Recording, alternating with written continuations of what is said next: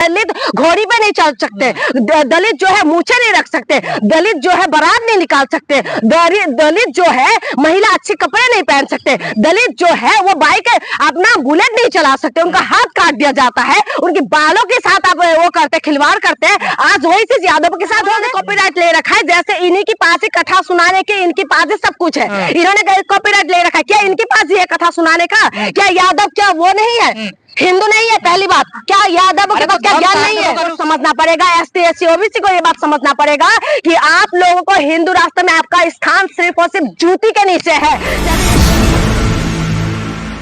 कथावाचक जो यादव थे उनको उनके साथ मारपीट की गई है, उनके बाल गंजे कर दिए हैं, उनकी नाक रगड़वाई गई है। तो क्या कथा करने का कॉपीराइट सिर्फ ब्राह्मणों पे है? क्या यादव कथावाचक नहीं बन सकता? क्या उसे ज्ञान नहीं होता? कैसे देखते हैं इस पूरी घटना? देखिए, ज्ञान तो होते हैं, लेकिन इन्होंने जैसे ठेका ले रखा है, एक समुदाय, एक लोगों ने जो ब्राह्मण है उन्होंने जैसे ठेका ले रखा है और उन्होंने पूरा देश भर में ऐसा ठेका ले रखा है कि कोई कथावाचक नहीं बन सकते। मैं पहले ही बोला था कि जो लोग हिंदू राष्ट्र की बात कहते हैं और हिंदुओं को मान सम्मान अभिमान देने की बात कहते हैं, अभी वो लोग कहाँ रहे, कहाँ है? क्या यादव क्या वो नहीं है, हिंदू नहीं है? क्या यादव क्या उससे अलग है, हिंदू से अलग है? जो कहते हैं जात पात का करे विदाई, हिंदू हिंदू भाई भाई, अब कहाँ गए सब लोग? अब क्यों आवाज नहीं उठा रहे? एक कथावाचक को तुमने पूरी रात मारा है, उनकी चोटी काट दिया गया है और उसके बाद नाक रगड़वाया, और सबसे घिनौनी बात यह है कि महिला की पेशाब डाल दिया उनके ऊपर। पहले गोमूत्र की बात करते हैं, अब उन्होंने क्या करा, महिलाओं की पेशाब डाला है। आप बताइए कि आप यादवों को समझ में आएंगे?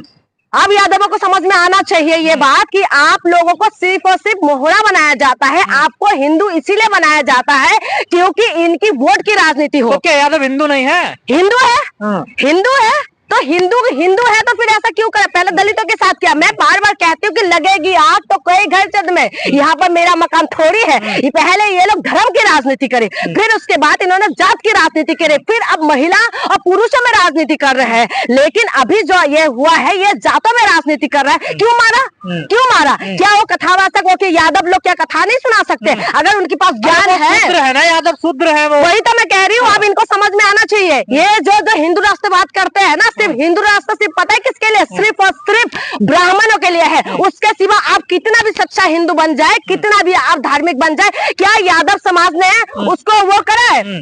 किसी तुम्हारी भगवानों का अपमान किया है क्या? क्या राम जी के अपमान कर दे, कृष्ण जी के अपमान कर दे, जबकि यादव समाज को खास कर वही मैं कह रही हूँ, जबकि कृष्ण भगवानों का भक्त बताते हैं, ये कृष्ण भगवान का वंशज बताते हैं, आज कहाँ गए? राम जी का अवतारी बताते हैं ना। तो फिर आज यादव समाज के साथ इस तरीके से हुआ है, पूरी समाज को मैं बताऊंगी, क्योंकि देखिए यादव सिर्फ एक व्यक्ति नहीं है, यादव पूरा समाज है। आज क्यों ऐसा हुआ?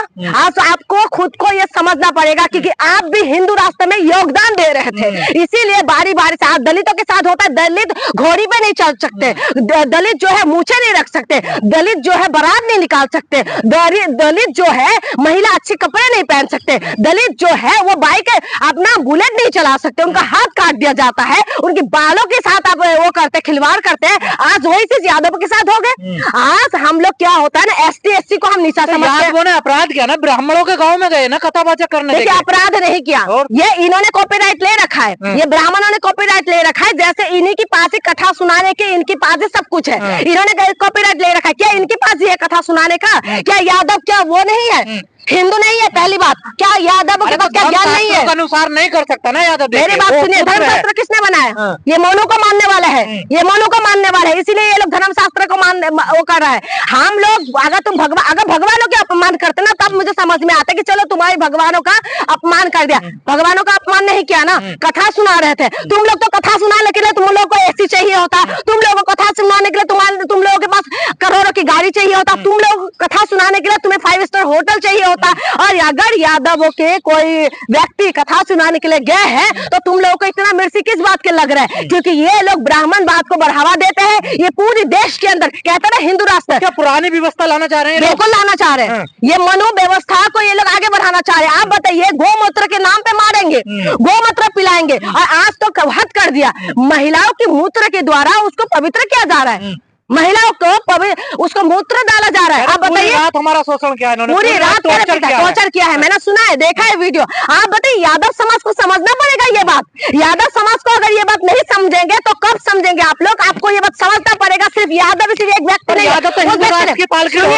वो व्यक्ति ने किसी का बलात्कार नहीं किया, वो व्यक्ति ने किसी महिला का अपमान नहीं किया, वो व्यक्ति किसी धर्म विशेष के लिए बदनाम नहीं किया, वो सिर्फ कथावाचक थे, वो कथाओं को आगे बढ़ा रहे थे। तो फिर उनका अपमान क्यों? आज ये जब यादव समाज जो है ना, इनको पूरा एक व्यक्ति का अपमान नहीं, पूरा यादव समाज का अपमान किया है इन लोगों ने। और पूरा यादव समाज से मेरी निवेदन है कि आप लोग अभी जागना पड़ेगा आप लोगों को। आप हिंदू राष्ट्र की जो मांग करते हैं ना, कुछ लोग हैं जो हिंदू राष्ट्र की मांग करते हैं ना, आप समझे कि हिंदू राष्ट्र के अंदर आपके स्थान कहाँ पर होगा? ये देश संविधान से चलता है। हिंदू राष्ट्र में यादवों का स्वागत है। ये घटना जो हुई है इटावा में, स्वागत है।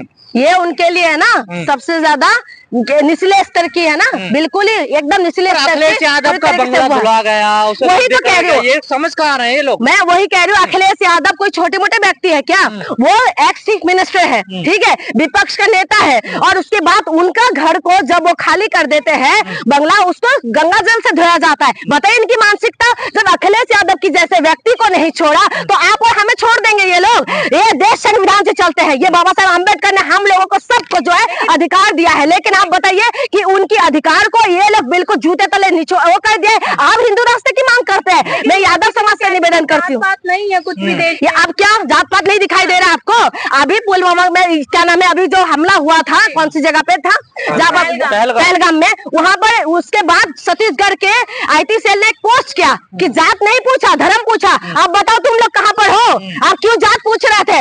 इस व्यक्ति का जात क्यों पूछ रहे थे? यादव के बाद इस तरीके के अत्याचार देश बर्दाश्त नहीं करेंगे। क्या यादव थोड़ा सा है? देखिए, बहुजन और यादवों को समझना पड़ेगा, ST SC OBC को ये बात समझना पड़ेगा कि आप लोगों को हिंदू राष्ट्र में आपका स्थान सिर्फ और सिर्फ जूती के नीचे है। जैसे ये लोग पहले रखते थे, एक खत पे बैठेंगे, आप नीचे बैठेंगे, इसमें आपका स्थान है। आपको समझना पड़ेगा कि फिर से ये लोग आपके सामने हांडी टांग देंगे, पीछे झाड़ू टांग देंगे। देखते देखते देखिए कि कहां से कहां पहुंचा देंगे।